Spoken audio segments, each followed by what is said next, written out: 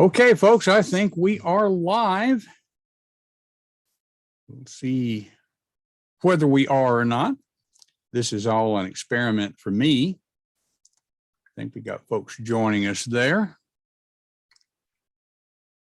Looks like folks on Facebook are having a little trouble getting in. I'm going to take a look and see whether I'm on LinkedIn or not. Well, nothing is clickable, it says. So it looks like we're having issues already. May have to depend on a recording for this. So hold on just 1 second. Hi, copy. I'm already live, period. So can't really troubleshoot it while we're on here, comma, you may need to see the recording, period. Okay, that's somebody who was trying to get on here. Anyhow, as I said, this is all an experiment, but we'll see how this goes. I just wanted to share with you some of the stuff that I am in the process of learning. And as you saw coming in, we are calling this a budget streaming solution. So let me get some of this stuff up here. First thing that I want to talk about is the components. So you will need accounts on the target platforms. Now, the platforms that I'm using right now are LinkedIn, Facebook, and YouTube. There are other platforms that you can use. And we'll talk more about that in just a second. You will need Zoom in order to do it the way I'm doing it here. Ideally, a pro account or higher, but this should work with a free Zoom account, as I understand it. The only limitation there is that you are limited to 40 minutes, but you're probably not going to be doing that long of a live stream anyway. So we'll see how that works. Restream.io is what I'm recommending as the streaming platform. Now, I use StreamYard also. We'll talk about that in just a little bit. But one of the keys here is that the free level works just fine for streaming to multiple platforms. Need a decent webcam and its software. That's one of the keys here. One of the things that makes things look better than when I was using StreamYard is being able to have the logic capture software in the middle. Again, we'll talk more about that in just a second. It's optional to have an app that I am making a lot of use of. It's called Yep, that's how it's spelled. No vowels. I say they're the app that has been disemboweled. Sorry about that. Anyhow, I'm not using it today. It was just a little too complicated for what we're doing. And so I'll talk more about in another video. So let's talk about Restream versus StreamYard. Now, David Newman turned me on to StreamYard, and I've been happy with it. But when I did a live stream on LinkedIn last week, the quality didn't seem to be quite as good. So here are the comparisons that I'm making. Both of them have simple interfaces. That's a plus, not too high a geek factor. Both have free levels. Both are a reasonable cost. Now, of course, if you're doing it for free, then that's a reasonable cost. But if you want to go pro and ramp it up a little bit, then $25 a month for StreamYard, $19 a month for Restream. That's not a huge amount to invest in something like this. Now, whether it's worth it to you or not, and of course, those little $5 and $10 and $15 a month things can add up. So as long as free works, why not make use of it, right?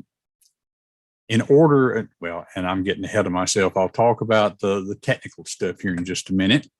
If we're talking about streaming to multiple platforms, that is available in the Restream.io free level. It's not available in StreamYard for free. So in order to be able to stream to multiple platforms at the same time, you would need to pay for the pro StreamYard.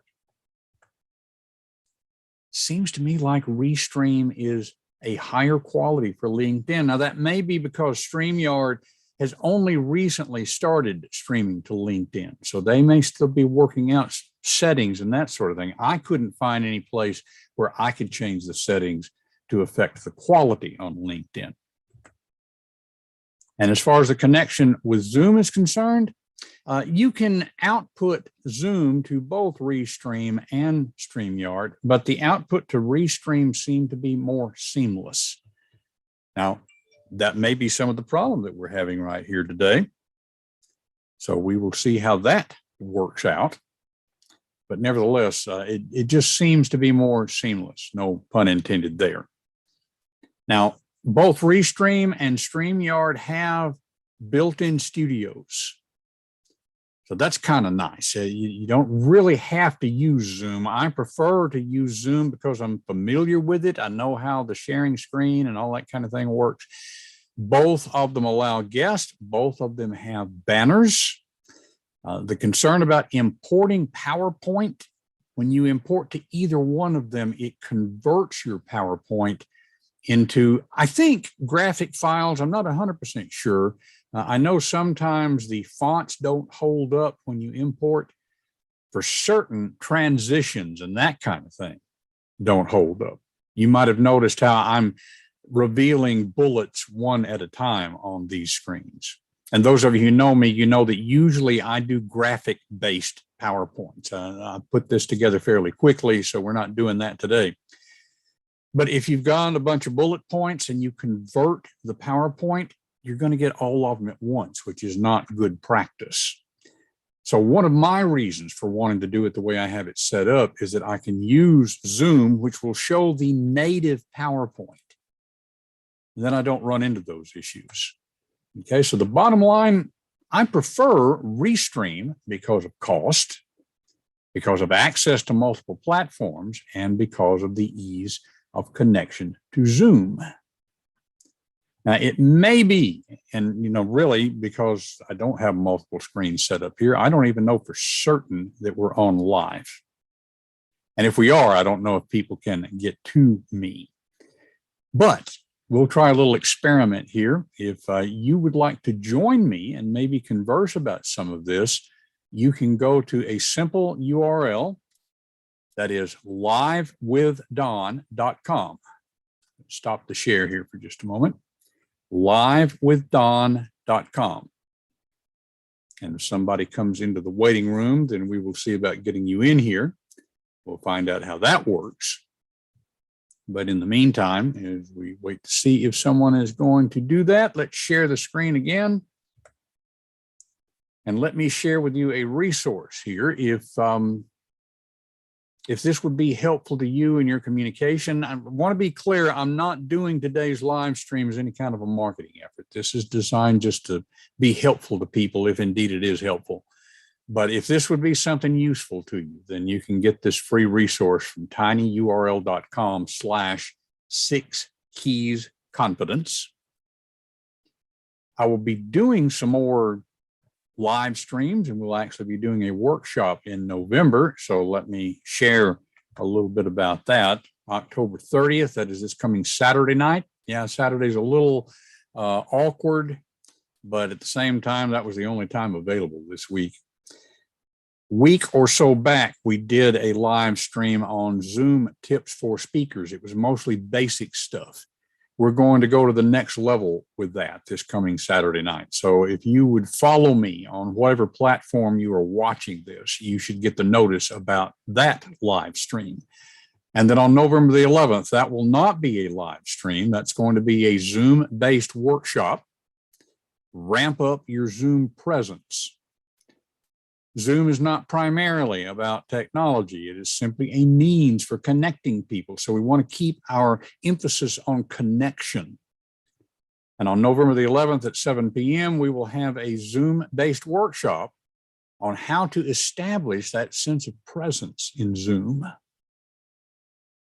tinyurl.com/ZoomRamp1 will get you to the event. That way you would register for a ticket. Tickets are free, and you'd be able then to get the Zoom link. So I hope that will be useful to you. I hope that what we have talked about today is useful. A simple way to get in contact, of course, if you want to ask questions or follow up, is don@donaldking.com, DONNELLKING.com. And today we've been talking about budget streaming solutions. Again, stay in touch. And I hope this has been useful to you. In the meantime, happy speaking.